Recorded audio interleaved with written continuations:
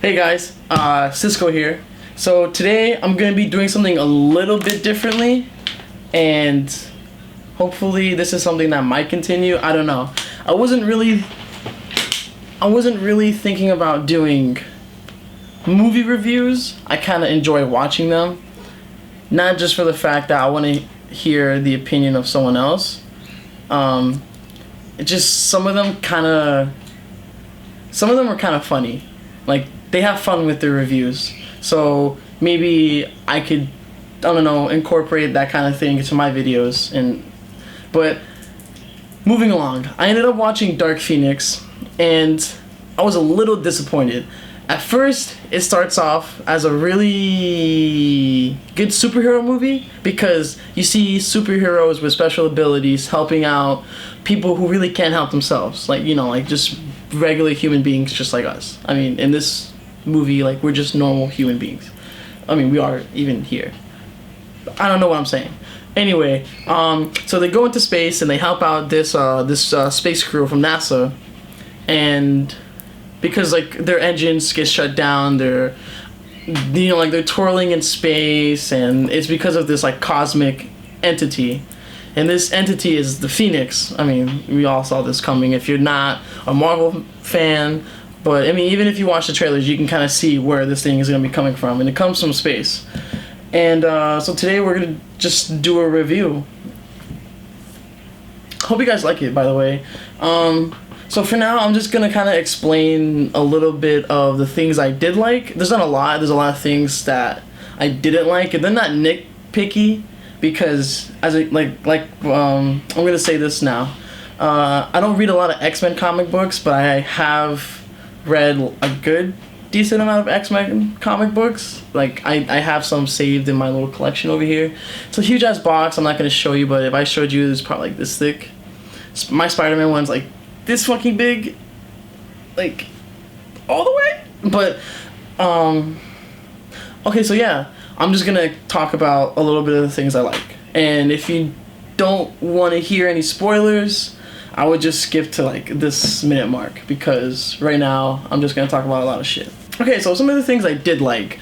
They showed a lot of good camera angles, and to me, I always loved camera angles after watching like Quentin Tarantino movies. Quentin Tarantino is one of my favorite film directors of all time. As I was watching this movie, I kind of admired on the technical aspect of it, how they shot some of the scenes. The cinematography wasn't, all that great, but I did admire a lot of abstract shots that they tried to incorporate into their movie, which was really good.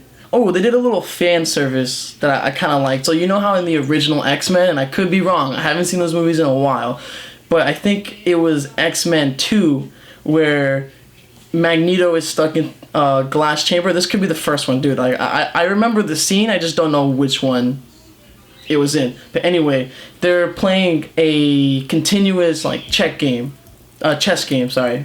And at the end of the movie, it ends off with them, playing that chess game they never finished. Sort of. It's a different board, but like I said before, I could be wrong, but they do their little chess game. And I thought that was kind of it was kind of nice for an ending of a movie. Oh yeah, that's really all I liked about the movie. So I'm going to talk about a lot of the stuff I didn't like about this movie. Alright, so the first thing I'm going to talk about is Jean is very vague about what's going on with her. She keeps telling people that she doesn't have something she can't control. She just keeps saying that there's something inside me that I can't control. And for people who don't know what's going on with her, she just expects people to know that like there's like a fight going in her. So she never really explains that there's something inside of her that's causing this personal battle with her own thoughts and everything else, because it's causing her to have all this rage. And I kind of like that in the aspect. Like, I read the Avengers vs. X-Men, and in that comic series, they end up using her powers to to fill up the earth with clean energy, water. They make Earth a paradise, but they rule the world. essentially.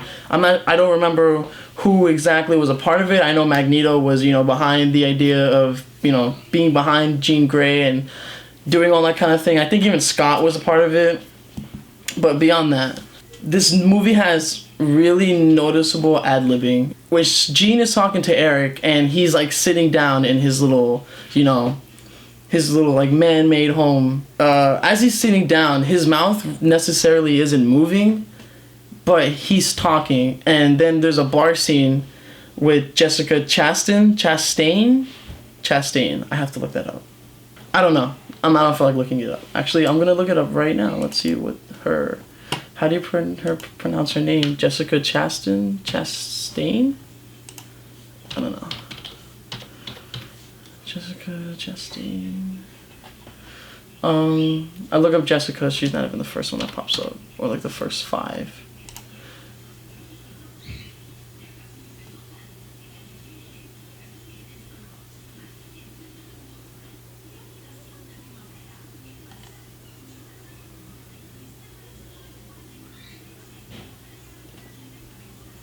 Most top 100 influential people in the world of 2012. What you do?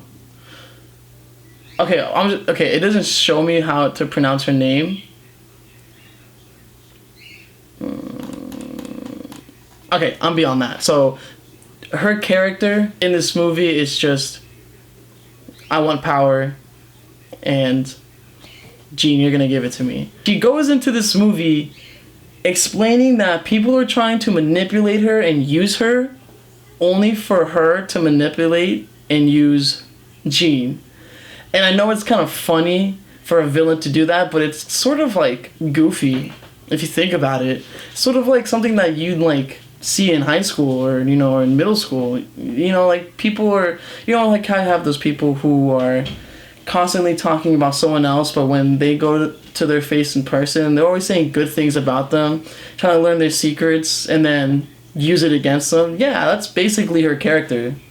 Like there's nothing much else to it. And then like her little army they're all the same people. They're just mindless zombies, and it's the funniest thing how they run.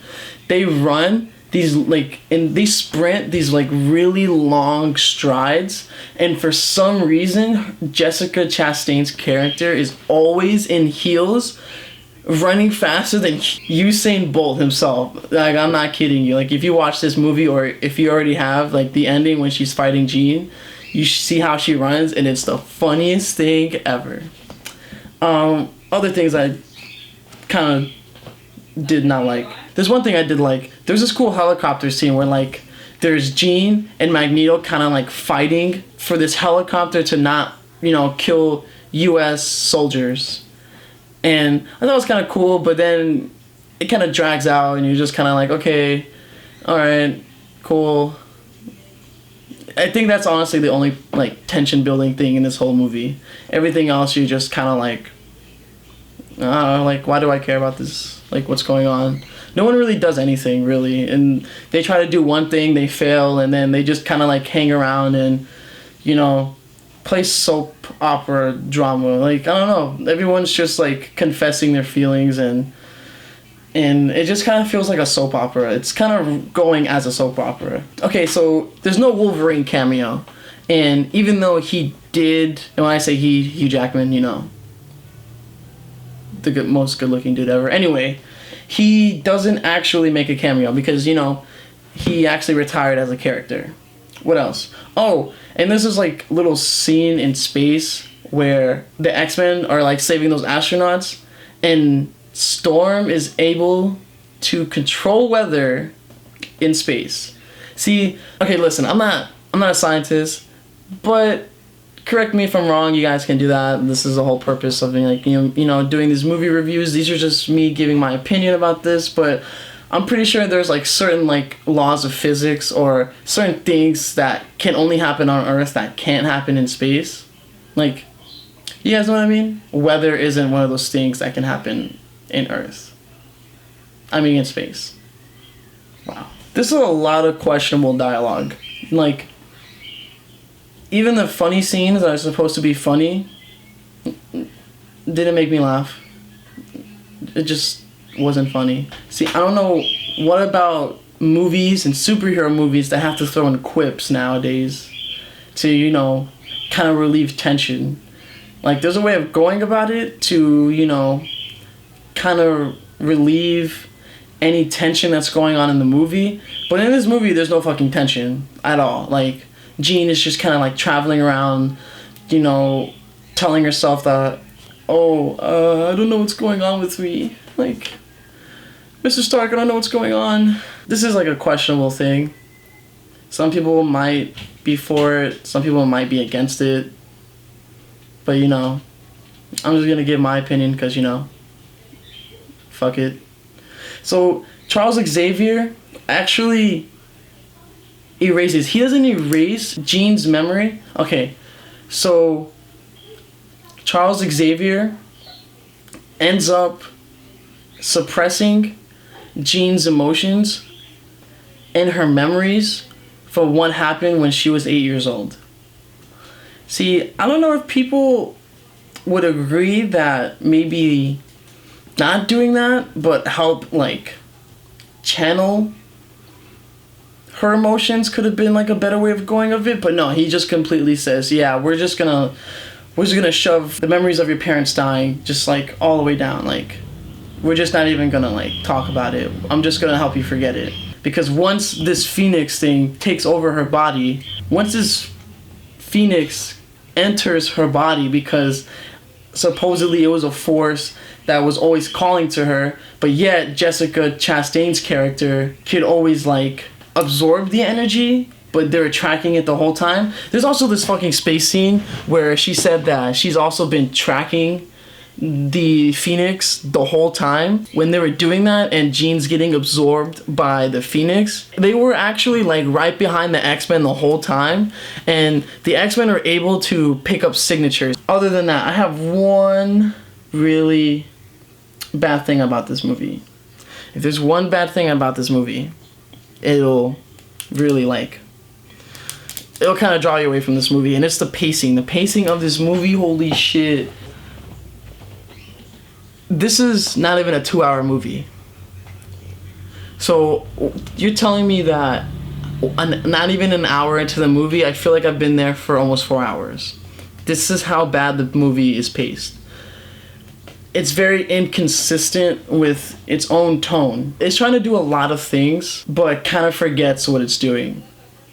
Like, it's supposed to be like, you're like a search and rescue, but then at times they're not searching or doing any rescuing. They're all just kind of yelling at each other and telling them they're doing everything wrong, or who's to blame for this and who's to blame for that.